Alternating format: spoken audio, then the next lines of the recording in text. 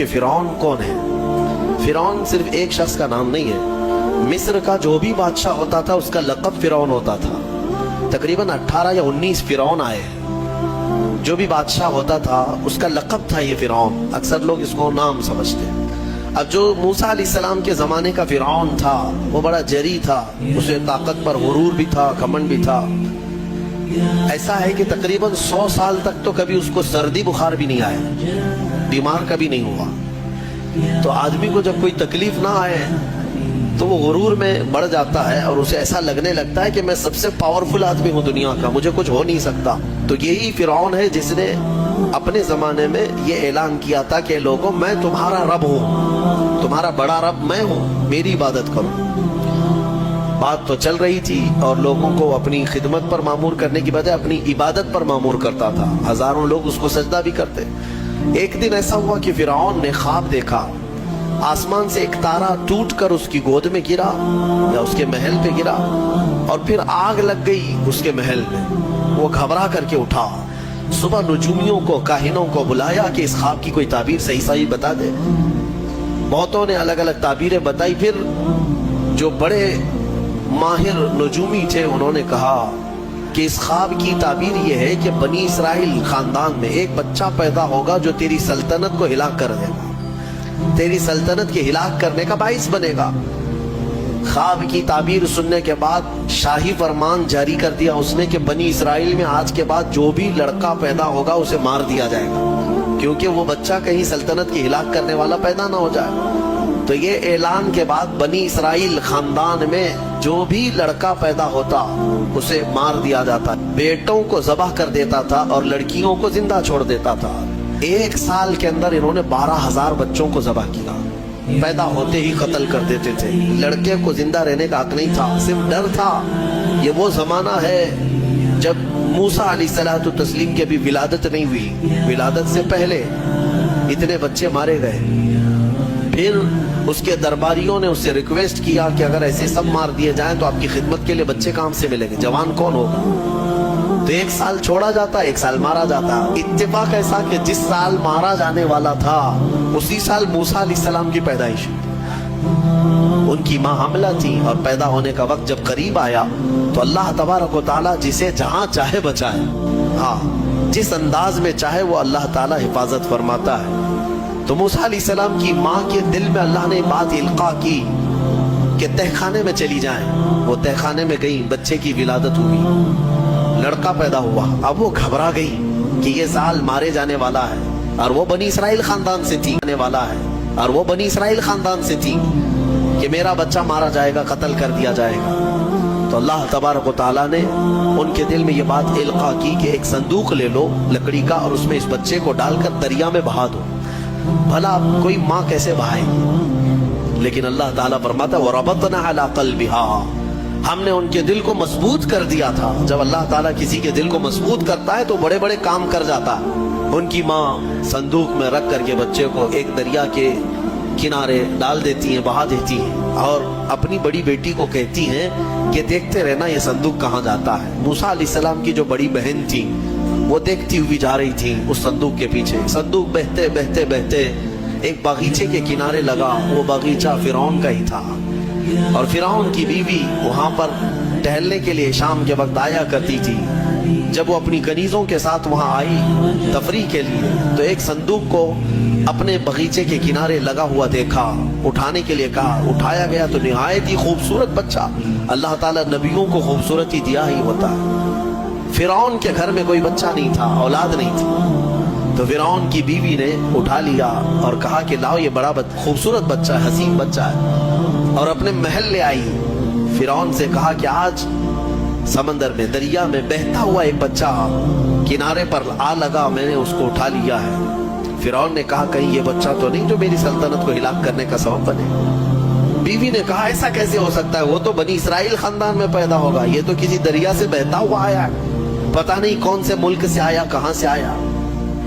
تو بہرحال اس کی بیوی نے یہ کہا کہ اس کو مت مارو، لا تقتلوه عسى ان ينفعنا او نتخذه ولدا، قریب ہے کہ ہم اس سے فائدہ اٹھائیں گے یا اس کو بیٹا بنا لیں گے۔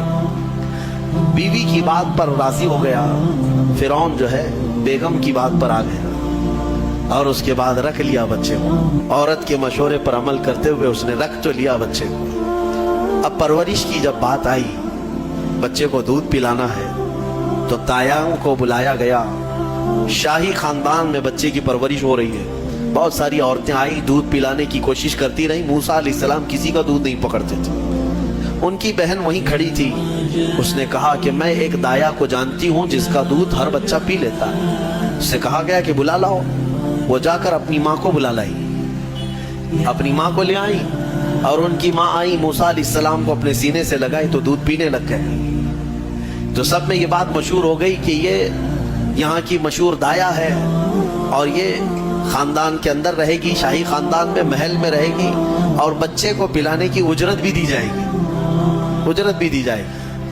فرعون کے گھر میں پرورش بھی گی اور بچے کو پلانے کی اجرت بھی دی جائے گی, اجرت بھی دی جائے گی. فرعون کے گھر میں پرورش بھی اور انہی کی ماں سے دودھ بھی پلانا, پھر پلس اس کی اجرت بھی دلانا. یہ شان ہے رب ذوالجلال کی. وہ جہاں چاہے جیسے چاہے پرورش فرمائے, حق کی حفاظت کرنا یہ مولا کی شان ہے. خیر, موسیٰ علیہ السلام فرعون کے گھر میں پرورش پاتے رہے. جب آپ کی عمر 2 سال کے قریب کی ہوئی, فرعون اور اس کی بیوی بیٹھے ہوئے تھے.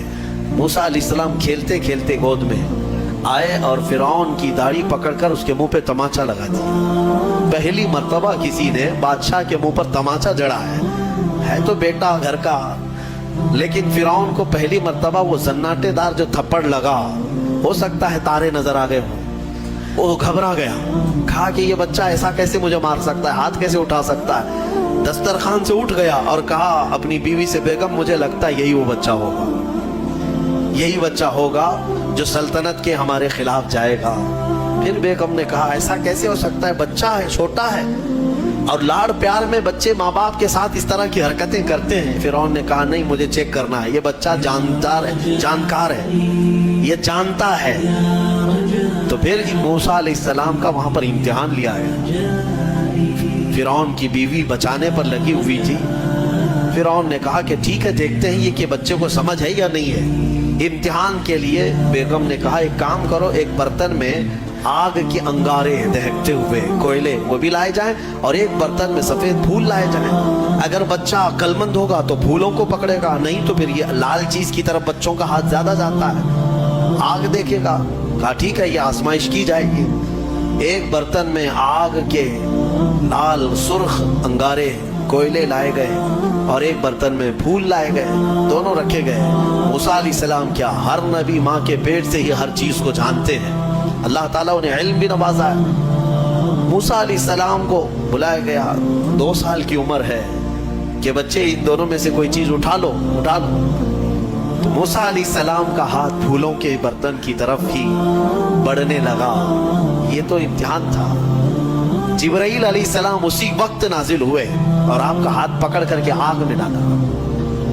آگ میں سے ایک کوئلہ موسیٰ علیہ السلام اٹھائے اور اپنے منہ میں رکھ لیے, جس کی وجہ سے آپ کی زبان جل گئی. ہاتھ میں بھی آگ لگی. پھر فوراً ہٹایا گیا. فرعون کو وہ سیٹسفائی ہوتا تو آگ نہیں اٹھاتا.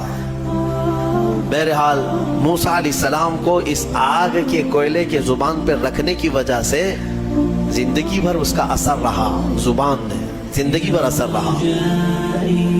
پھر جوانی آئی موسیٰ علیہ السلام کی, اسی گھر میں پرورش پاتے ہوئے. پھر آپ وہاں سے نکلے اور آپ کی ماں نے آپ کو ساری چیزیں بتا دی کہ ہم بنی اسرائیل سے ہیں, نبیوں کا خاندان ہے, اللہ تبارک و تعالیٰ کی عبادت پر ہم ہیں, اور فرعون ظالم ہے اور وہ اپنی پرستش کرواتا ہے, اپنی عبادت کرواتا ہے, لہذا ہم فرعون کے خاندان سے نہیں ہیں. موسیٰ علیہ السلام جوان ہونے کے بعد ان تمام سچویشن کو سمجھ چکے تھے, سارے حالات کو. ایک بار ایسا ہوا کہ موسیٰ علیہ السلام اپنی بستی سے باہر کی طرف جا رہے تھے, 2 لوگوں کو لڑتے ہوئے دیکھا. ایک بنی اسرائیل کا تھا, ان کے خاندان کا تھا, ایک فرعون کے خاندان کا تھا. تو ان کے خاندان کا جو آدمی تھا وہ پکارا موسیٰ علیہ السلام, ہائے ہائے میں مرا جا رہا ہوں, مجھے بچا لو موسیٰ, مجھے بچا لو. موسیٰ علیہ السلام آئے, دیکھا دونوں جھگڑ رہے ہیں.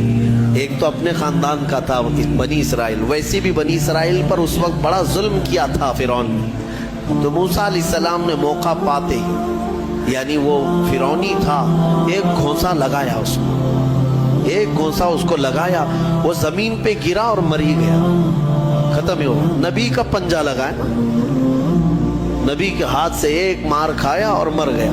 یہ ایک گھونسا لگایا اور اس کا کام تمام کر دیا موسیٰ علیہ السلام۔ پھر حضرت موسیٰ علیہ السلام کو افسوس ہوا کہ یہ مجھ سے کیا ہو گیا، یعنی میں نے تو اس دونوں کے جھگڑوں کو چھڑانے کے لیے کوشش کیا، لیکن میرے ہاتھ سے یہ مر گیا۔ اللہ کی بارگاہ میں آپ نے استغفار کرنا شروع کیا، اے اللہ تو مجھے معاف فرما دے۔ فغفر لہ، اللہ تعالیٰ نے معاف بھی فرمایا، آیتیں نازل ہوئی۔ پھر چند دن کے بعد ایسا ہوا، پھر ان کے خاندان والا بنی اسرائیلی ایک بار پھر کسی سے لڑ رہا تھا، دوسرا ہی دن تھا، موسیٰ علیہ السلام کو پھر آج اس نے پکارا۔ تب موسیٰ علیہ السلام نے کہا غلطی تو تیری ہی ہے، کل بھی تو ہی لڑ رہا تھا، آج بھی تو ہی لڑ رہا ہے، یعنی روز تو نے پیشہ بنا لیا لڑنے کا۔ تو موسیٰ علیہ السلام اپنا پنجہ لے کر اسی کی طرف آنے لگ گئے۔